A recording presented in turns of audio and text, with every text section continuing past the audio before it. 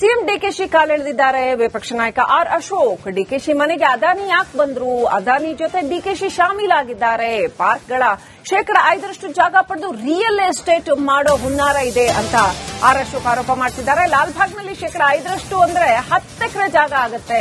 10 ಎಕರೆ ಸುರಂಗ ರಸ್ತೆಗೆ ಕೊಡ್ತಾ ಇದ್ದಾರೆ, ರಾಜ್ಯದ ಜನತೆಗೆ ದ್ರೋಹ ಬಗೆತಾ ಇದ್ದಾರೆ ಅಂತ ಆರ್ ಅಶೋಕ್ ಆರೋಪ ಮಾಡಿದ್ದಾರೆ.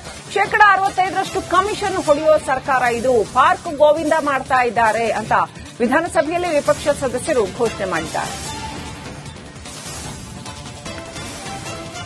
ನಾವು ಇವತ್ತು ಬಹಳ ಪ್ರಮುಖವಾದಂತ ಪಾರ್ಕ್ಗಳ ಬಗ್ಗೆ, ಇಡೀ ಕರ್ನಾಟಕದಲ್ಲಿರೋ ಎಲ್ಲಾ ಪಾರ್ಕ್ ಅಲ್ಲಿ 5% ಜಾಗವನ್ನ ಇವತ್ತು ಪ್ರೈವೇಟ್ಗೆ ಮಾರುವಂತದಕ್ಕೆ ಅವಕಾಶ ಕೊಟ್ಟಿದ್ದಾರೆ. ಅಂದ್ರೆ ಇದರಲ್ಲಿ ಅದಾನಿ ಕೈವಾಡ ಇದೆ.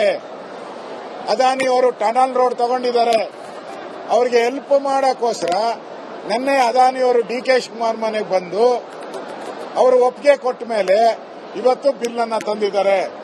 ಅಂದ್ರೆ ಬೆಂಗಳೂರಿನ ಲಾಲ್ಬಾಗು ಗೋವಿಂದ ಗೋವಿಂದ, ಸ್ಯಾಂಕೇಕ್ ಟ್ಯಾಂಕು ಗೋವಿಂದ ಗೋವಿಂದ, ಕಬ್ಬನ್ ಪಾರ್ಕು ಗೋವಿಂದ ಗೋವಿಂದ. ಬೆಂಗಳೂರು ಜನರ ಶಾಪ.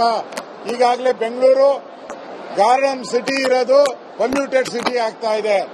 ನಮ್ದು ಒಂದ್ ರೀತಿ ಡೆಲ್ಲಿ ತರ, ಡೆಲ್ಲಿ ಯಾವ ರೀತಿ ಪೊಲ್ಯೂಷನ್ ಆಗಿದೆಯೋ ಅದೇ ರೀತಿ ನಮ್ಮ ಬೆಂಗಳೂರನ್ನ ಪೊಲ್ಯೂಷನ್ ಮಾಡಕ್ಕೆ ಬಿಡಬೇಕಾ?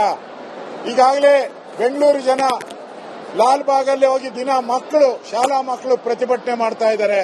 ಕಣ್ಣಿಲ್ವಾ ನಿಮ್ ಸರ್ಕಾರಕ್ಕೆ? ನಾಚಿಕೆ ಆಗಲ್ವಾ ನಿಮ್ ಸರ್ಕಾರಕ್ಕೆ? ಈ ಬಿಲ್ ತರಕ್ ಮುಂಚೆ ಯೋಚನೆ ಮಾಡಿದ್ರ? ಬೆಂಗಳೂರಿನ ನಾಗರಿಕರು, ಬೆಂಗಳೂರಿನ ಮಕ್ಕಳು, ಮುಂದೆ ಬರೋ ಮಕ್ಕಳು ಇವತ್ತೇ ಆಸ್ಮಾ ರೋಗದಿಂದ ನರಳ್ತಾ ಇದ್ದಾರೆ. ಇವತ್ತು ಪ್ರತಿ 10 ಜನದಲ್ಲಿ 8 ಜನಕ್ಕೆ ಆಸ್ಮಾ ಬರ್ತಾ ಇದೆ ಬೆಂಗಳೂರಲ್ಲಿ, ಬಿಕಾಸ್ ಪೊಲ್ಯೂಷನ್ ಜಾಸ್ತಿ ಆಗಿದೆ.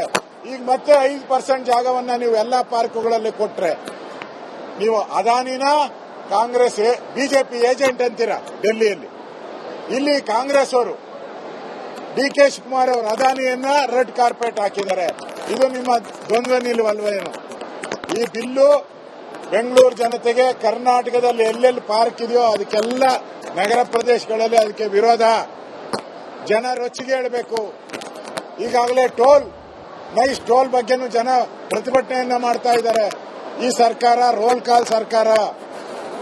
65% ಕಮಿಷನ್ ಹೊಡಿತಾ ಇದೆ. ಇವತ್ತು ಎಲ್ಲ ಇಲಾಖೆಯಲ್ಲಿ 65%. ಈ ಬಿಲ್ಲುಗಳೆಲ್ಲ ತಂದಿದ್ದಾರಲ್ಲ, ಈ ಬಿಲ್ ಎಲ್ಲ ಇಡೀ ರಾಜ್ಯದ ಜನ